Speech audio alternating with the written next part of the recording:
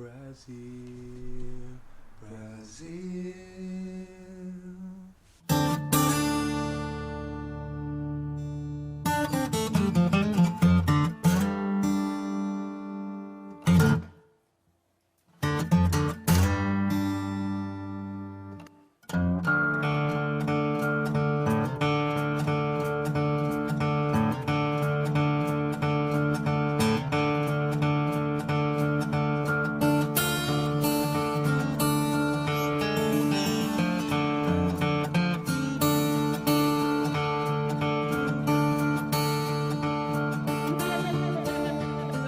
Hello and welcome to episode 6 of the last 7, a not so philosophical wax regarding the last 7 days. I'm your host Dan Rowley, with me today Ken Trainer. Hello.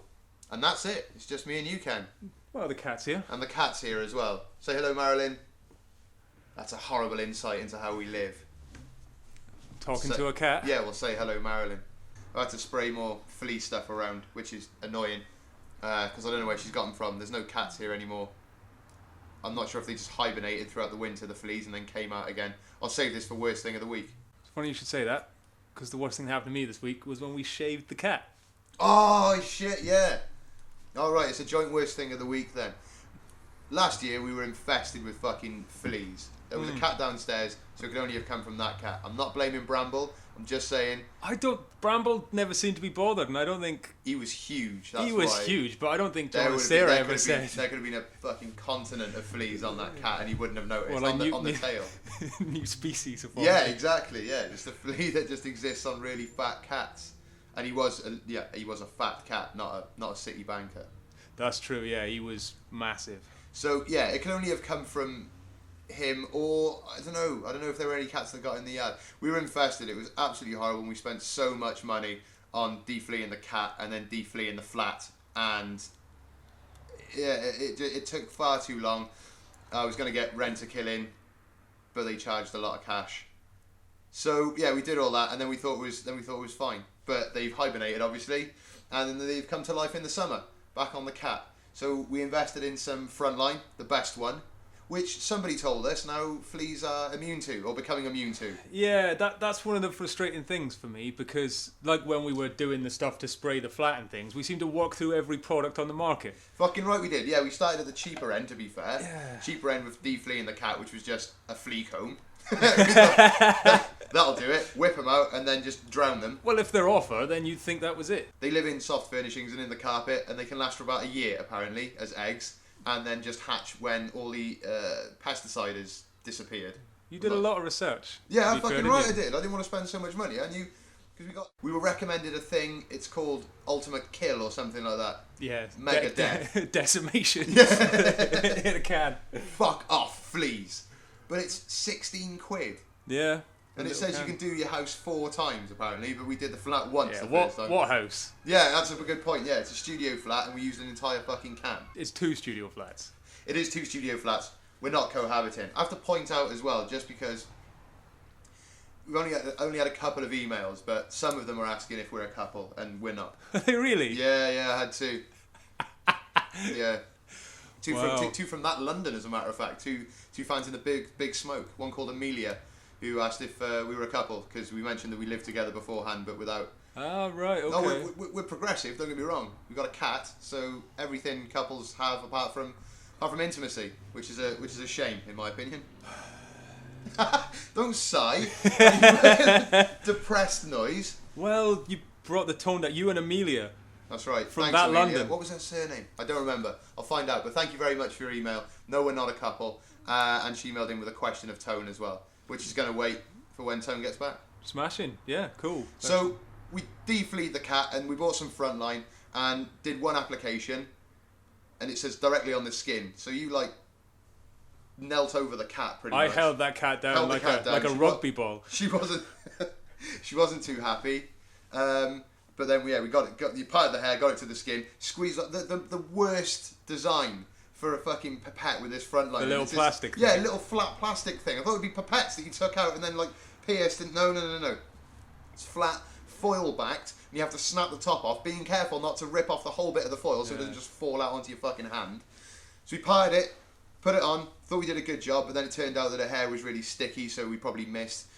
I think she was able to lick some of it off the hair, not off the pat. You know, I think. Oh that's yeah, it causes some of the side effects were excess salivation, which I've been party to. And she's just been sat on the lap dribbling. Yep, I've had a bit of that. Like a special cat. And depression was one of the ones that were on there. And I'm not sure how you notice it. She's sat with her back to us now, so maybe this is part of it. But I think the depression came from when we decided that there wasn't enough on the skin and too much on the hair. So I came up with the idea of shaving the cat.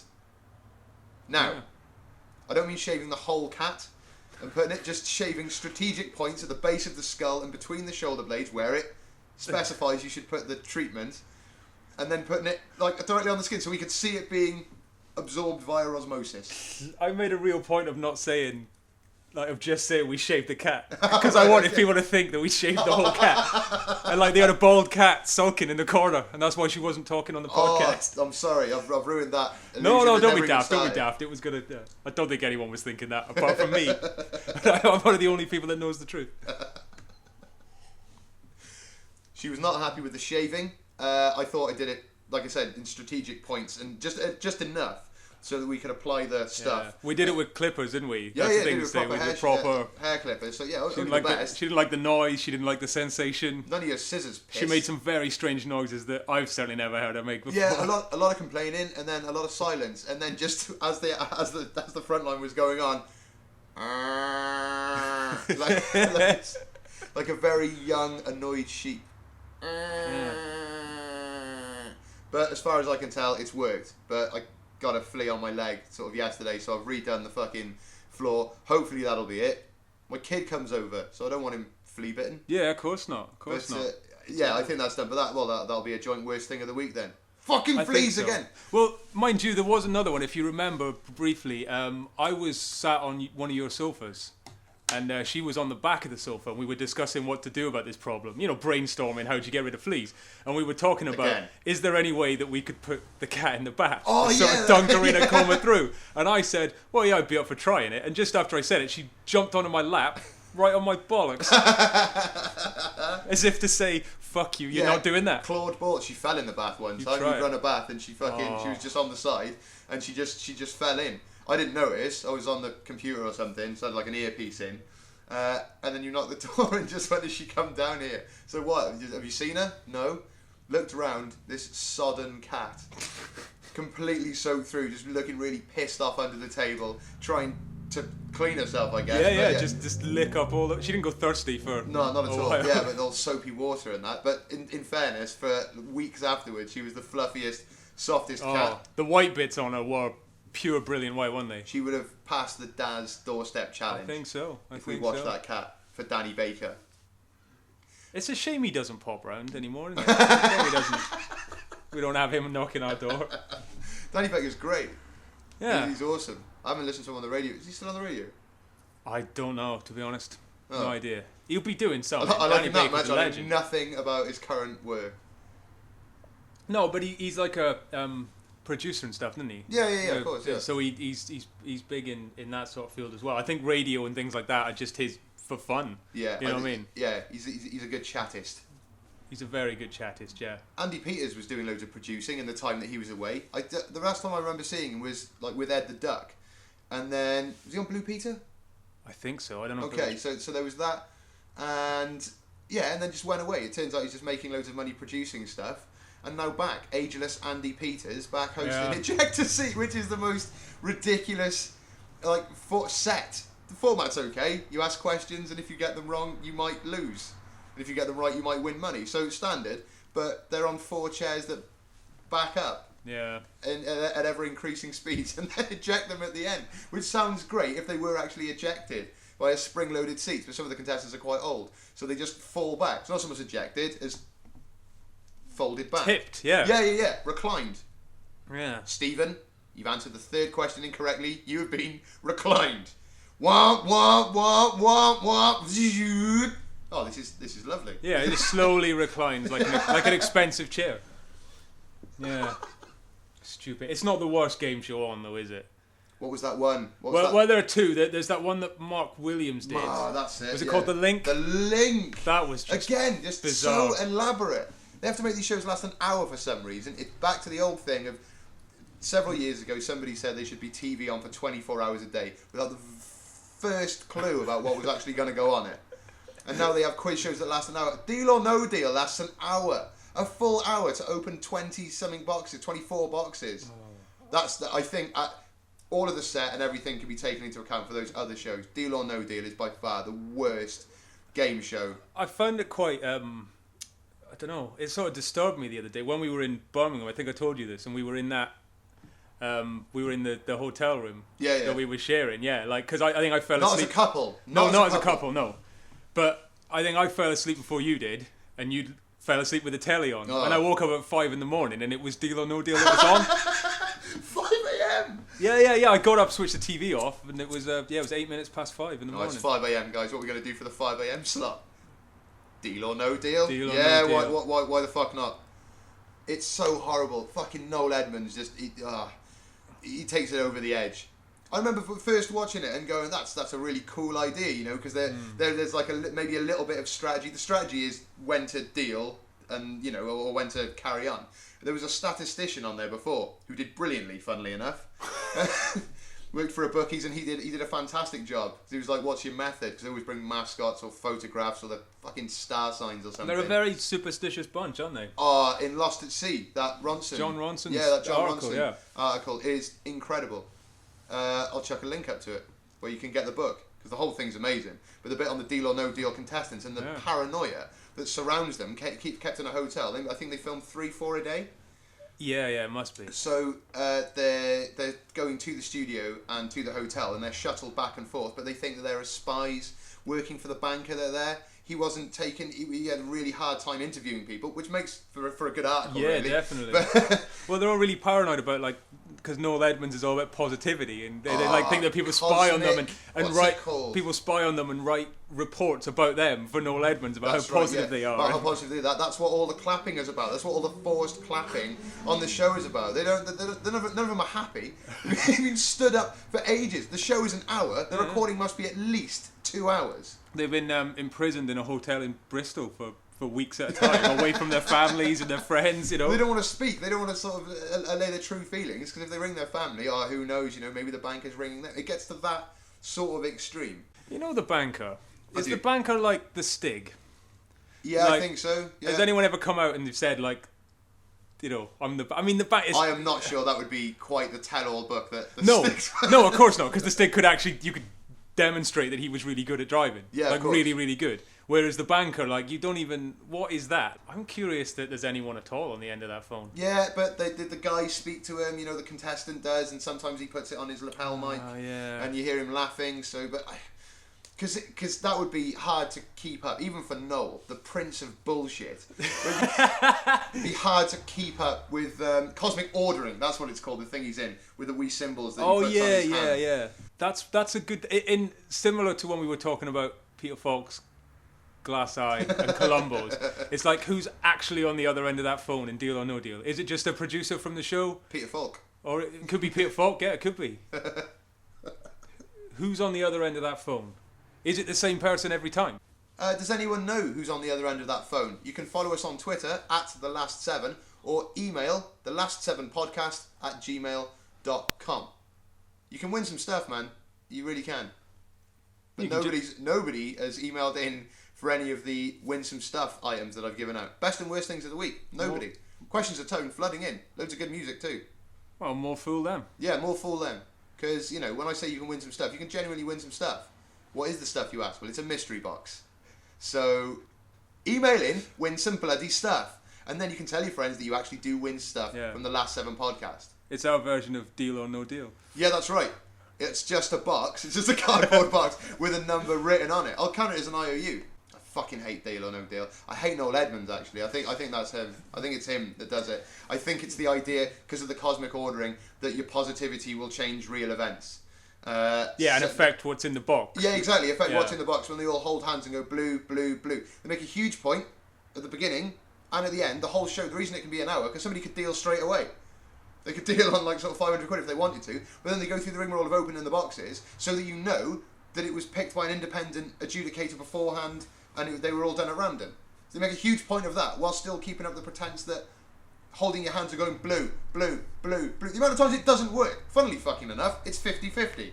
No better than chance. Who would have thought it? Eh? That statistician was pretty good. Yeah, when they have photos of their families, that's what I was saying, or their star signs, or something positive that somebody said, or a poem. This guy had a pen and a bit of paper. Have you got any sort of strategy? Maths. What about any positive energy going into this? Well, yeah, I'm going to use my energy to function my brain, which is quite mathematically driven. I'm a statistician, so you could see Noel's face drop as this logic bomb was put into his lap. Yeah, I bet he didn't know what and exploded when he walked away with not 250 grand, but sort of 60, 70 grand. I think he went back with, which is nothing to be sniffed at for a day's work. Packed up his pen and paper and went back to work at a bookies, where I assume he earned no money whatsoever. He just gambled the 70 grand. Yeah, he was already doing fine, but no, he's a statistician, so he's probably one of the only people that's good on that roulette machine. Yeah, there can't be many of those. That's a fucking joke, that is. That and the video dogs. I told you when the last time I was in a bookmaker's, I think it was for Epsom Derby or the Grand National, and there's guys there who sit and watch 4 TVs of virtual dog racing. Yeah. When even your basic instincts know that is fixed. It will always make a profit. Yeah. And then when enough money is spent, make a huge profit. But again, pay out just enough on larger odds that people will think that there's a chance of winning. So you think it does, the number of bets and the amounts and things going into the machine do affect the program? Yeah, I do. I really do. Okay. Because I'd always thought... Because how else would it make money? Because otherwise then you could... Well, yeah, but the odds, again, it's just about odds. Even if it were just the randomised roulette wheel... People say that there's a system for it. Hell no. It is, in fact, the most random out of all the casino games. But with the dog race and the horse race, the electronic one, yeah. I'm thinking that similar, like they can't do that with the real life horse races, that are like piped in live. Because I'd always thought of it that there's like a computer game element to it where it's like there's the dogs and they've got stamina and strength. It's all like coded, isn't it? Okay. And then they depending on the kind of weather, so to speak, in the simulation, but it essentially is like a video that but it does affect it though. When you bet money on horses, that's what affects the odds. When you get closer to a race, you see the odds change dramatically. That's why you go for fixed odds if you. But not the actual race itself. No. Well, there must be fixing in some horse racing. How dare you? Allegedly, some people have said that there are fixed horse races, same as other fixed sporting events where there's money to be made. Snooker. People bet huge amounts on snooker. Stephen Lee, a snooker player recently, was banned, I think, for life, and he just appealed. He's a big fat guy, but he was done for match fixing in snooker, or the amount he would score off a break or something like that. So things that are like a sport like snooker that are very easily influenced by the players, only influenced by the players. Yeah. The referee can't just go 6. Hold on a minute. Yeah, really good. Ronnie point. O'Sullivan 419. Because there are people in there with notebooks paying close attention. Fucking hell. Oh yeah, snooker. I don't think it's that nerdy, man. But I really like it. I think that kind of that almost defines it. But yeah, it's really like hypnotic snooker. It is, yeah. It's not going to be in Newport either. The Welsh Open next year. No, it's going to Cardiff. Ronnie O'Sullivan, when he won last year with a beautiful 147 over Ding Junhui, he said he was really sort of complimentary about Newport and saying that Cardiff was great. I think it's going to be in the Motorpoint Arena. But it's not a patch on Newport. So yeah, loads of Newport pride flowing out that day. Wow. It was great. Yeah, that's really cool. When I go see the quarterfinals of that tournament, it's great. It's really good to go and watch, unless you have to go for a piss, because you're able to leave during a frame of snooker, but you can't go back in and walk down the stairs during a frame. So you can go out. And the first time I went with my friend Alex, and I bought a drink in with me, and so I needed a piss pretty quickly after this sort of half litre of whiskey and coke. So went to the toilet, and the guy was like, shh, shh, shh, shh. And then went to walk back in, he went, not during a frame. And a frame of snooker can last, well, fastest 147 by Ronnie O'Sullivan is like 5.5 minutes, or they can last 40 minutes. So what did you do? I went and got another drink. And by the time I finished that drink, I needed another piss, and the frame was just about to finish. So then I had to run down, because the same guy had seen me for the last hour, just waiting. There's TVs outside, so you can watch the snooker, but you've paid for your seat. Yeah. I'm essentially stood up doing what I would be doing at home, needing a piss in a leisure centre. with an old guy going, shh. Brilliant. Yeah. I love going to the snooker. Yeah, no, I've not done it justice, really. I've thought about how rubbish Everyone it was. thinks it sounds really crap. If you need a piss, just don't go and just don't drink that much. I want to hang around in a leisure centre corridor being told to shut up by some old guy.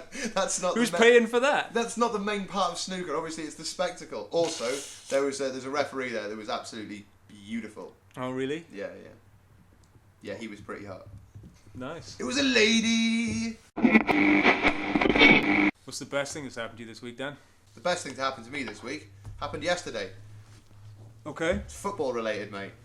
Ah, yes, of course. We did a sweepstakes at work, and I was, Germany was chosen for me at random. Yep. Germany, They pulled out of a hat, weren't they? Yep, historically a very strong team, and they've proved it this World Cup. Being the most consistent team, I think, but also proved it massively yesterday by beating Brazil 7-1. There's nobody listening to this who wouldn't have heard that. Anybody who's into football, not into football, wherever you're listening to it, that's huge news. 7-1. Yeah, I think people that don't care about football aren't bothered by it. Not people that actively dislike it, but people that aren't really bothered about football, they're nonplussed by it. Know that Brazil are the best team. 5 times World Cup winners. That's what people think. They're right? also hosting it. It's been huge. This World Cup's been great, actually. We sat down, thought, we'll tune in for this game of football. I was excited because I might win 50 quid at the end of the tournament. I think I've already won 20 quid because they're in the final. Wow. Yeah, top notch. So that was my best thing of the week, watching Germany decimate Brazil, and whoever wins this evening out of Holland and Argentina, I think they're going to be scared. Holland, of course, would be a good final, because there's historically some bad blood, but they just seem to be enemies, the Germans and the Dutch. Everybody thinks that the Germans are really wound up about the 1966 World Cup final, when England beat them, but that's what, English people, British people, I guess, in general, really go on about, is when we beat the Germans, who I love. But you love at the moment. Until 4 years' time when you get... I'm gonna opt for Germany again. I'm gonna say I demand Germany. You can't opt for teams, or else, I wouldn't have had Algeria. The sweepstake. No, they tried to be fair about it. Who were brilliant, by the way, but just lost out. Their goalkeeper in particular was amazing. So no, it's the German. I think it's the 1974 final, Germany against Holland, when they beat the Netherlands. That's the one that really sticks out for them. They don't really care about 1966. They tried to make the sweepstake fair in work by giving as well some cash to the team who had the most goals scored against them. So it turns out that when Costa Rica or Algeria or Iran might have been the teams that you thought, oh well, they qualified, but they'll probably get battered in their group. The team with the most goals scored against them is probably going to be Brazil. Yeah. That's I hadn't thought of that. That was my best thing of the week, man. Germany 7, Brazil 1. One step closer to that. One step closer to that. Money. $50, which I'm going to spend on bratwurst and some lederhosen to celebrate and make a celebration video that I'll chuck up online, but mostly for the intranet at work, so that people can see me dancing around with Hofmeister and Jägermeister and lederhosen and bratwurst. Wow. What are you going to dance to? Edelweiss. Okay. Or Deutschland über alles. Whichever's more fitting. Or some Wagner. Really dramatic celebration. What's the best thing that happened to you this week, Kenneth? I learnt how to sing the Brazil song on ITV on the football. You learn how to sing it? Well, because it's a few people have mentioned how irritating they find it, and I did as well. And then I was, it's quite catchy, but I couldn't get it right. You couldn't get the tune right. Yeah, and then as soon as me to put it on yesterday when we were watching the football. Yeah, because I sat down. The football then became so boring that you sat down going, Brazil. No, it starts lower. Brazil. Exactly. No, definitely not. Dan, look it up. But I was looking up football trivia. Yeah, what's the worst World Cup defeat? Is it the one we're watching, or is it? I think that was definitely the worst defeat for Brazil. Oh ever. yeah, I don't easy. think it said they hadn't lost a home game in 62 matches, something daft like that. The biggest World Cup win, and this is a World Cup qualifier, so not World Cup finals. I think that was 10-0. I think it was San Marino lost that. Australia versus American Samoa in 2001. Score was 31-0. A lot of records broken in that game, including a quadruple hat trick. And then one for luck. He scored 13 goals. That's amazing. Bit of a piss take. It obviously it sparked a bit of controversy because they were like, is there any need to play these games? But the spokesman for American Samoa and Oceania football leagues said that American Samoa, Tonga, Fiji, etc. had as much right to play Australia as Australia had to play Brazil, Italy and Germany. Yeah, I agree with him. I think that's right. Totally right. It was cracking. Also, they're in the record books. Yeah, who doesn't want to see a 30, 31, 32... Great point. It's a spectacle. I think some people would say an embarrassment. 32-goal game. Yeah, not the crowd. 31-0. 31-0. The previous record was set 2 days earlier with an Australian win of 22-0 over Tonga. They thought that was a record-breaking game. They thought that there's no 22-0. How are we gonna 31-0 divided by 90 minutes? How many? I'll work it out before the end of this. Well, a goal podcast. every 2 and a bit minutes. well, 30 is every 3 minutes, isn't it? Oh, yeah, so the extra right, yeah. goal probably an extra time if there was such a thing. No, I can't imagine there was much injury time. They probably added time for the amount of There was spot time they kicks, wasted. yeah. Putting it back to the fucking centre circle. Then it doesn't sound like they wasted much time getting it back up to the No, that's opposition's right. goal. I really want to see it. There must be some footage online. If I find it, I'll chuck a link up. Right, so this week in history, in 1958, the highest ever recorded mega tsunami struck Lituya Bay in Alaska, USA. Mega tsunami. Yeah, 1958. How high do you think it was? Oh, how high is a tsunami? I don't know. Without I don't know. The prefix. It just said it was recorded at this, but I thought I'd leave the question open. I've no idea. I mean, 100 feet? 538 meters. Meters? Half a kilometre high. Right, okay. That boggles the mind, doesn't it? Yeah, I can't really conceive of what that... Well, a massive wave, obviously, yeah. but, you know. Half a kilometre high. When do you think Hugo Boss was born? It was this week, but what year? Is he very old? What year? Is he really old, or is he younger than is that the... How old do you think Hugo Boss is? I don't know, I think he's quite old, so I'd say 1926. 1850. What? Yeah, serious, yeah. So Hugo Boss is dead? Yeah, that's what we're saying. Right. But yeah, 1850. Shows how much I know about it. I was surprised. I thought that like all popular designers sort of were dead. I was surprised when I saw like Ralph Lauren, whatever his name is, on Friends. Calvin Klein's still about, isn't he? Yeah, pretty sure. I don't know why. I was just about to say, and Vidal Sassoon, but I think he is dead, and he was a hairdresser. Yeah. That doesn't say very much, does it, about my enjoyment of. No, of I think from our distance, we just sort of lump them all in together. Yeah, I think that's right. Is he a fashion designer or a hairdresser? Same thing, isn't it? Two things happened in 1962. The Rolling Stones played their first gig at the Marquee Club in London this week. Wow. And in 1962, the Apollo program was announced. The Apollo space program. Yeah, brilliant. Put man on a moon. That's 1969. Yeah. When did we master flight? Like 1910 or something? Something like that, yeah. The centenary of it wasn't that long ago. No, exactly. In the first decade of the And then 69 to the moon. That's amazing. Yeah. It's even better to listen to conspiracy theorists talk about it. Now lumped together as truthers, which they think is a great thing. Yeah. But not. And it's the same with, well, the pseudosciences that we've covered. They all seem to get lumped in together, which doesn't lend any credibility, but they think there's strength in numbers.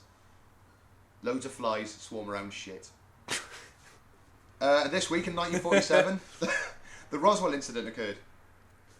A supposed UFO crashed into a ranch in Roswell, New Mexico. Yeah, they said it was a weather balloon, didn't they? Yeah. With aliens in it. Conspiracy theorists, though, they do... They sort of hate it, but they do, I think, derive a bit of comfort from the idea that the government could suppress something like that, as if there are forces powerful enough to order everything and control things. That's the idea. I think by what they consider to be skepticism, but is ill-founded sort of, the collection of disparate facts and then a narrative that you create yourself, and that's part of it. I know we've spoken about it before. Part of thinking, all right, yeah, I'm the only person who figured out these pieces, but there are other people around who have come to a similar conclusion. Maybe their methodology was different, but we tend to agree on these things, and they all get lumped together, as I say. But you're right, the feeling of safety and feeling that the government is able to pull something off, say say like the 9/11 attacks. Yeah. There's a great episode of South Park which speaks about the conspiracy theory of 9/11 being in itself a conspiracy theory made by the government, so that the public feel that there's a safety net, that the government is that powerful and all-knowing that they're able to pull something like that off. Nobody would like the idea that some angry people could hijack 2 planes and kill so many people. That's it, isn't it? It's that thing you're talking about of people sort of tying narratives together from a set of facts. It's the comfort in there being a narrative and not just chaos. Yeah, that's right. That's right, man. Yeah, it appeals to our sensibility for calm and equilibrium. Well, I think we do it anyway, don't we? As in our lives, our experiences and stuff, and events we put them into a narrative. So of course it's perfectly natural for us to do it. But it's just the concept of luck is just based on that. Yeah, but I think that sometimes we just get it wrong, but still believe in. Most of the time, mate. Yeah. Most of the time, superstition. All these different words for nonsense. Luck, lucky streaks, and not nonsense or coincidence. And how do you explain that? That's the thing. That's the thing. That always ends it when people are talking about. It's always a personal experience. You know what I mean? And then I hadn't thought about Dave for ages, and then Dave rang. How do you explain that? Yeah. I can't. Aha! You snake in the grass. I find often though it's not someone's direct personal experience. It's like a friend of theirs. Normally, yeah, because you know what I mean? Stories get told and get revamped. You say that about Lucky Streaks though, but what about Justin's one with the scratch cards the other week? What, that ended? In episode 3 was that? How'd you explain that, Dan? He bought scratch cards that won different amounts of money, and then he bought another one that didn't. And I think I don't think he's a scratch card fan, but I think he has spent more money on scratch cards than he's won from scratch cards. Yeah. I think that's more than he's admitting. Keep going. Yeah. More than he's admitting. When they talk about rollover Euro Millions jackpots, they say 92 million. You think, wow, that's amazing, but that means that the lottery has made at least 184 million. Yeah, true. It's £2 a ticket, isn't it? £2 a motherfucking ticket.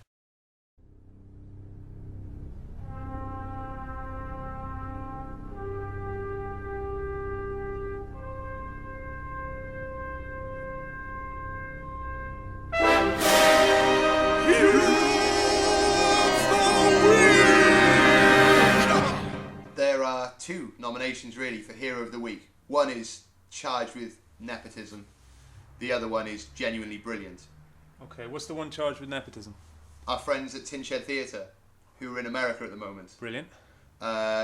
Through loads of fundraising, loads of hard work, and brilliant theatre, they managed to get together the funds to go to the San Diego Fringe Festival. Justin spoke about it before he went. They've appeared on the news since they've been there. A couple of news segments. It's great. American reporters are really uncomfortable with anything new. It's like not the weather. The reception's been absolutely brilliant there, and is evidenced strongly with this review. And I'm going to read a bit from it. Oh, cool. I haven't seen any of this.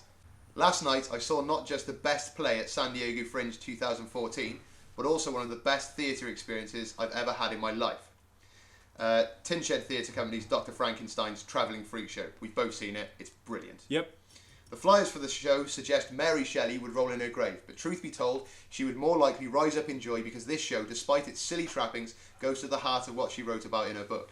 They just tackle the themes with far less pretension and far more innovation than most other adaptations. San Diego Fringe has served up shows that are fun, hilarious, poignant, kinetic, absurd, charming and clever. And no offence to the talented folks presenting these work, but Tin Shed Theatre and its Dr. Frankenstein show are simply in a league of their own. One of the reasons the play is so spellbinding is that it works with so little. 3 boxes, a tent, 4 actors and an empty stage. Oh, and an excess of mad skills. Spelled with a Z. The show opens with Julius M. Barker, Justin Edward Cliff's sideshow Vincent Price, welcoming us to his freak... Is that what it says? Yes, it does, yeah. That's brilliant. It is. I'm not sure what the full names are all about, whether they requested it or... The show opens with Julius M. Barker, Justin Edward Cliff's sideshow Vincent Price, welcoming us to his freak show. He begins by introducing us to his freaks, Bathilda, the bearded lady, Georgina Ella Harris, and Sangeev, the lobster mind reader, Antonio Alfonso Romola. I didn't know his middle name was Neither Alfonso. did I. He's kept that quiet until now. Damn straight. Until the American press. Alfie. Alfonso. And it's great. He is Italian, to be fair. They truly transport you to another dimension, and you forget the real world just outside the door and willingly embrace the strange world they create from practically nothing. In addition, what's so unexpected is that despite the Victorian sideshow setting and broad pantomime clowning, Dr. Frankenstein's Travelling Freak Show captures the true essence of Shelley's novel. It is about what defines us as human and explores our basic need for love and companionship. It shows us both beauty and horror, and does so with both mocking humour and genuine compassion. The performers bound about the stage with a seamless, endless supply of energy and ferocious dedication. They perform from a script but have the quicksilver ability to adapt to circumstance without breaking character, as when someone's cell phone repeatedly went off during last night's performance. They make us aware of the artifice of the stage performance, pointing out things that go wrong and apologising for the cheapness of their show and more, and yet somehow manage to make that draw us even deeper into the world that they're creating. I find that words are ineffective in describing this theatrical miracle. You will simply have to come see them to understand the spell that they cast. It's a shame that Wednesday will be their last performance, and that in total they only had a handful of shows that could only be seen by a couple of hundred people. All I can say is thank you to Tin Shed for making the trek to America, and to the San Diego Fringe for showcasing them. I can only hope they will be back. It's not often I can sit in awe for an hour and leave a theatre filled with such wonder and delight that I don't want to see anything else. I just want to savour the experience for as long as I can. That's amazing. That's a ridiculously great review. I agree with all of it as well. I do too. Like I said, it's charged with nepotism, but by the same token, it was amazing. When we saw them with the live band, Inca, the first time I saw them in Barnabas. Yes, okay. I wasn't there for that. Oh shit, sorry. But that was great. But the score is composed by that band. Yeah, it's amazing. I saw it at the Riverfront again, I think, and it's truly brilliant and well deserved. I spoke to George earlier, and she said that the reviewer was so chuffed with it that she's taking them all out for dinner this evening after the show. I think it's their final show this evening. So just make sure to order something expensive. Yeah. So yeah, personally, Heroes of the Week. I'm really proud to call all of them my best friends, and I'm really chuffed that this has happened for them. But all the work has been done themselves. They're an independent company, and they work like buggery.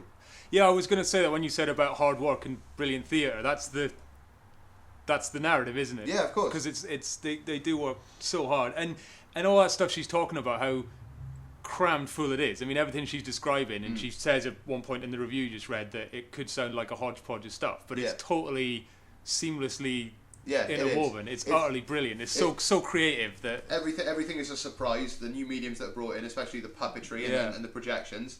The physicality of the whole thing is great, but you're right. Everything's a surprise, but it is seamless from bit to bit.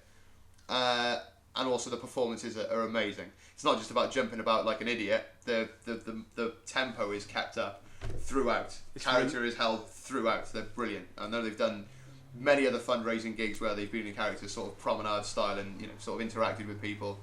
Yeah, it's a great show. If anybody gets a chance to see it, they might sort of put it on the shelf for a while. But if they don't, get amongst Dr. Frankenstein's Travelling Freak Show by Tin Shed Theatre. Absolutely, I totally agree. Hero of the Week. Second nomination. Yeah, it's a story that's just happened today, and some people may not have seen it, but it's a story about the US pilot. His plane was stranded because there was bad weather, so he couldn't. He was flying to Denver from somewhere. Right. Okay. Yeah. And he had to land in. I think stranded. Well, they were stranded in Wyoming, so I don't know whether they were waiting to take off or they'd had to land, on the way to Denver while they waited for the weather to clear. And this pilot, a bit peckish, a bit hungry himself, wants to order a pizza. He ordered in excess of 50 pizzas for everyone on the plane. Oh, amazing! What a guy! You rarely get maybe an announcement every hour. I've been grounded several times, and you normally get an announcement every hour saying about waiting another hour, or that this is your captain speaking. We'll probably be underway in less than 45 minutes. Hour and 45 minutes later. Sorry for the delay there. We will be taking off very shortly. Taxiing to commence in 45 minutes. You do hear a lot of stories from people about being stuck, on the tarmac at Stansted for 4 hours in the summer heat, and they're not even bringing a drinks trolley out to offer some water. The drinks will get warm. That'd be ridiculous. Yeah, but this guy said he came on the loudspeaker and said, "Ladies and gentlemen, Frontier Airlines is known for being one of the cheapest airlines in the US, but your captain is not cheap. Oh, I just ordered pizza for the entire plane." ledge. He Of course, the pizza guy couldn't get through airport security. There was a yeah, he said, "If the need arises, you need to take care of your family. You need to take care of your passengers. They're my responsibility from the moment they step on the aircraft until they get off the aircraft." What a fucking legend. Yep. If he is he named? Yes, he is. His name is Gerhard Bradner. Gerhard Bradner. Well done, man. That's awesome. Gerhard Bradner, this week's Hero of the Week. It's, like you say, it's odd that it happened. Is everybody, now that he's been named, going to expect that when it happens? Or, if we get grounded. What's his surname? Bradner. Bradner. This is Captain Bradner speaking. Yay! We'll be taking off in 5 minutes. Ah. Well, you think people get to the gate and say, "Is it Mr. Bradner who's flying the plane?" Yeah. Well, 160 people on the plane. He fed them. The Guardian's article concludes that the plane eventually arrived at its destination 5 hours later than scheduled. But if current reports are to be believed, everyone on board was satisfied. Damn straight they were. It's the gesture more than anything, I think. Oh, they don't look very big pizzas. 50. How many people were on the plane? Hold on. 160. Yeah, you'd have got a slice, but A slice, aye. Fucking hell. Cunt of the week. Yeah, I know you talked about your Domino's excesses last week. Oh, hell yeah. But this really wasn't the time or the place. He was trying to be nice, not asking you to chip in with. Well, if you're gonna spend that much money, right? Yeah. Just spend a bit more, and you'll get twice the amount. Conversely, of course, cunt of the week. Justin Bieber gets an honourable mention again. Yeah, he would have to. This is only because he's been in the news this week because he's been charged with vandalism after egging his neighbour's house. Yeah. And good enough for him. He's a prick. People just need to tell him to fucking stop. He's an evil little twat. Charges the Make-A-Wish Foundation. He's horrible. Does he really charge them? Yeah. Sort of One Direction as well. Fucking hell. What a pack of cunts. Yeah, exactly. So, but that hasn't specifically happened this week, so they can't be cunt of the week. But no, he's been charged with vandalism, and good enough. There's one step further to getting him put in prison. Pretty boy like that. Kanye West, another export from America. Oh no, he's Canadian, isn't he, Justin Bieber? America are petitioning to sort of get him to leave. Yeah. I think if a petition gets 100,000 signatures, it has to be seen by the president or at least the presidential staff. I think there have been more than one petition to get rid of Justin Bieber out of the country. I can't imagine it being effective at all, though. No, of course not, man. He sells loads of tickets. He sells loads of t-shirts. He's capitalism's dream. Exactly. That's what. Yeah, and it's in America, so. Horrible little prick. Kanye West, yeah, another export. He was in Hyde Park this week. He was filling in for, I think it might have been Drake, who was supposed to be there. Yeah, I know. I didn't know either. But he's. I tell a lie. I'd heard of him. He was filling in for Drake, who was poorly, and as is customary now at his gigs, went on a 20-minute rant in the middle about different things, his ideas about politics, but most notably saying that he don't give me any of this Forrest Gump shit. I'm a private person. I'm kind of shy, like a blowfish. Horrible cunt. Now, if you've seen, I've mentioned South Park twice now, if you've seen the episode Fish Sticks, it is claimed that Kanye West is a gay fish. Or he starts to believe that he's a gay fish. Yeah, that's so why bring up blowfish? Stuff They do really well. I'm surprised Kanye West hasn't gone on the suing path, because they did that episode The Hobbit as well about Kim Kardashian. Yeah, I remember. What's the Forrest Gump thing all about? I don't know. Who's comparing him to Forrest Gump? No, I don't know. But Forrest Gump was great. That's the difference. He made a difference. And he's fictional. And unfortunately, Kanye West is real. So if I could swap it, of course you would. Imagine Forrest Gump was a real person, having all that, documenting all that time. The perfect memory. And if Kanye West was just a fictional character on a bench in a film, I don't think it would have won many Oscars. If Kanye West was just sat on a bench going, "Would you like a chocolate? I'm a lyrical genius." And just talking about himself. Not about events that he was present during, just himself. And how he rose from the streets of wherever, and then rose to become an absolute lyrical genius. Yeah, like even if he'd been through the whole night of the film and he'd met like John Lennon and he'd been present at all these like massive events, he'd have still been talking about himself. Yeah, exactly. Yeah, and that's where JFK was when I first penned the lyrics to Gold Digger. Yeah.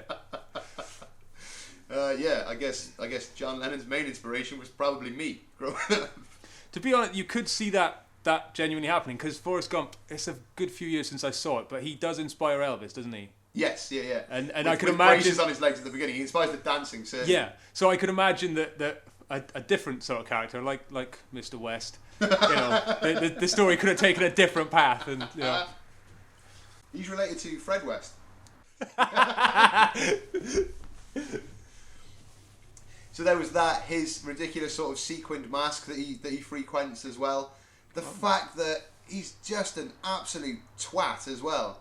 He's come for a lot of reasons. It's been quite sparse this week, and I'm happy about it. But it's easy to pick on somebody who consistently contributes to my hatred of the human race. I think anybody that proclaims himself a genius, apart from Oscar Wilde, who did it kind of in a witty way that was a joke, Yeah, no, that was a joke.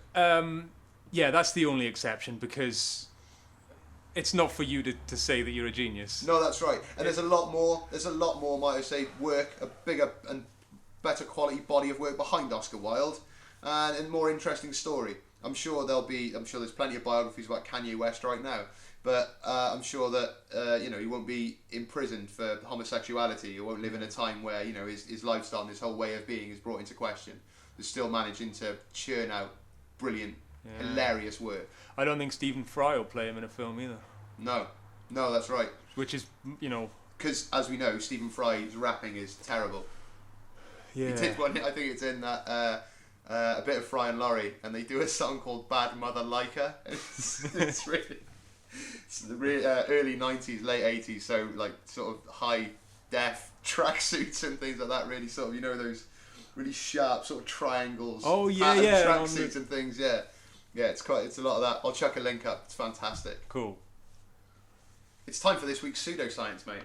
Someone did mention to me during the week, listening to last week's podcast, said there's no pseudoscience of the week. I know. I'm putting that down, as I said, on the Twitter feed. You can follow us on Twitter, by the way, at @TheLast7, or email thelast7podcast@gmail.com.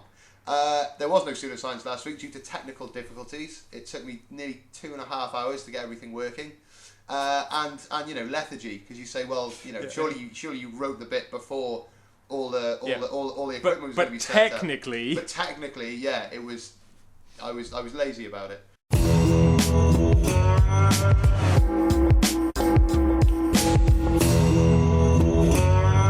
This week I had a look at acupuncture.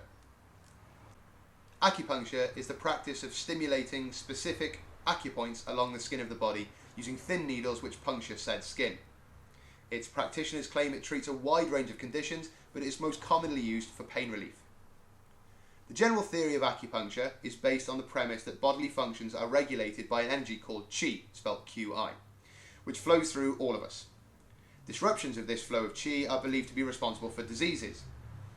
Acupuncture describes a family of procedures aiming to correct imbalances in the flow of this qi. The existence of qi is unproven, yet it is the function of this non-entity that forms the basis for acupuncture as well as most forms of traditional Chinese medicine.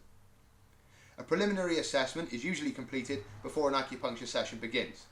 This consists of taking a patient's pulse and examining the tongue. Certain parts of the tongue are thought to correspond to organs in the body. For example, teeth marks on the back left section of the tongue indicate a problem with the heart. An acupuncturist will decide which points to focus on by observing and questioning the patient to make a diagnosis according to the tradition that they use. As with many complementary therapies, the time spent with a patient, listening, affirming, and the building of rapport seem to be the main contributing factor to efficacy. Proper clinical trials are notoriously difficult to complete with regards to acupuncture. This is due to the many different cultural practices and the variables during the actual procedure. For example, depth of needle insertion or whether or not the needle is moved when in the body. The trials, and there are over 3,000 of them that have been done, yield results that are no more positive than the placebo effect. Establishing a proper control group is another hurdle in the way of an empirical trial, as they would have to undergo some sort of fake or sham acupuncture. How this will be performed is anyone's guess. As acupuncture is one of the oldest forms of complementary therapy, there is a wide range of literature on the subject, and this evidence is nothing more than publication bias, i.e. Chinese, Japanese and Korean studies yield mostly positive outcomes. Acupuncture is generally safe when administered using sterile equipment and good technique. However, a 2011 systematic review of systematic reviews by Ernst et al. Found that serious complications following acupuncture procedures continue to occur. Between 2000 and 2009, 95 incidents of serious adverse events, including 5 deaths, were reported. Many such events are not inherent to acupuncture itself, but are due to malpractice of acupuncturists. Acupuncture's theory and practice are not based on the body of knowledge related to health, disease and healthcare that is widely accepted by the scientific community. Practitioners disagree amongst themselves about diagnosis and which treatments are suitable for which conditions. And even if they were to agree, the theories are so nebulous that no amount of scientific study will enable it to offer rational care.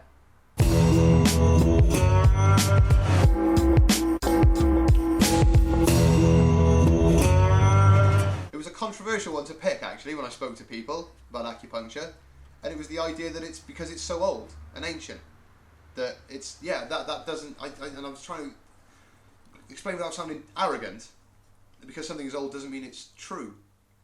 The Bible is old. Yeah, and how many people get excited about new breakthroughs in treatment for different diseases and things? That's the thing. It's the complete. It doesn't work. It's negating scientific inquiry more than anything, and saying no, the old way is the best way. You know, things change, especially in science, all the time, and nothing makes a scientist happier than disproving a theory, and a lot of the times one of their own, so that there's a continuing body of work that they can carry on. A conclusion is a bit of a bummer, really, because the funding is then stopped if you have suitable findings, right? Yeah. The idea as well of Western and Eastern medicine just doesn't exist. You speak to an epidemiologist or read anything by Ben Goldacre, and he said that that's one of the biggest and the hardest divisions that they have to sort of contend with. Oh, Eastern medicine, Western. No, there's medicine, and that works. Some people, it works differently on different people, and some medicine works better for others, but it's only through empirical trials that we'll ever hope to find the best way of dealing with things. And if something can't be tested, doesn't mean it's not effective. It just means that it's very difficult to prove efficacy, especially when the trials that are conducted as properly as they can be yield, sort of ambiguous results. It was hard work. People say, no, acupuncture is actually quite good for pain relief. And some people explain it away by the sense of, the relaxation that you feel, the fact you have to be quite still, especially with acupuncture in the face and the ears. Yeah. Because, well, they say that the points are very specific that you have to put them in. But if they're as specific as a pinprick, I challenge anybody to do a pinprick in the same place twice. It's got to be an area, right? Or something. There's got to be a bit good of shout, yeah. ambiguity in that respect. I spoke to somebody today who said, oh, actually, acupuncture works. I know because I didn't know how it was supposed to work, but it worked. I had a backache and somebody did acupuncture on my ear, and the pain went, and it stayed off for a week or so. And then it came back, and then I had it done again and it didn't work. So that quite literally a 50-50 there. Sometimes it works, sometimes it doesn't. And they say, yeah, but if it works sometimes, then, surely it's worthwhile. And I say, no, because it doesn't work in the reverse. If you were injected with arsenic and went, that won't work, you couldn't will the poison not to poison you. The power of the mind's amazing. People, through concentration, meditation, etc., can hold their breath for inordinate amounts of times, can deal with severe amounts of pain, can seemingly put themselves through superhuman trials. That part of it is grand. But the physiology of it, and the science behind it has to be sound as well. Yeah, I hear what you're saying. It's like the bit that you mentioned about the sort of like talking to an acupuncturist and building that rapport and things. Yeah, well, it's essential, and and this idea of where you go and sit in this calm room environment and stuff. It's those kind of basic core conditions, they call them, isn't it, in counselling? And it's that does a good bit of the work, right? Most of the work. A lot of people would argue it's the same as people who are willing to take part in placebo trials and things like that. It's like people who are willing to go into medical trials, some of them for any sort of small cash that's offered for it, but some genuine inquisition as to what they might be taking, so they will things to work. I skipped over it a bit, the efficacy of being listened to and being cared for, because I covered it, but it's that's the consistent thing through all of them so far. Through even the mediumship one, being sat down and the perception of being understood, somebody else getting your grief and things like that. That's how it works. People tend to they like the mystical side of things, you know? They like the idea that there is a life force, a chi running through all of us. Again, you can't disprove it, of course, but, you know, again, Carl Sagan gives the invisible unicorn in my garage argument, so you can't disprove that, but, you know, whether or not it's true remains unchanged. Any thoughts for Hero of the Week, Cunt of the Week, your best and worst things of the week, topic for pseudoscience, a question of Tony will be back in a couple of weeks, anything that you wish to discuss, anything you wish us to discuss, follow us on Twitter at TheLast7 or email us at thelast7podcast@gmail.com. I'd like to thank Kenneth Trainer for this week. Thank you, Dan. I'll have you back next week. Thank you. Since you live here. And Marilyn, of course, for being around licking her arsehole.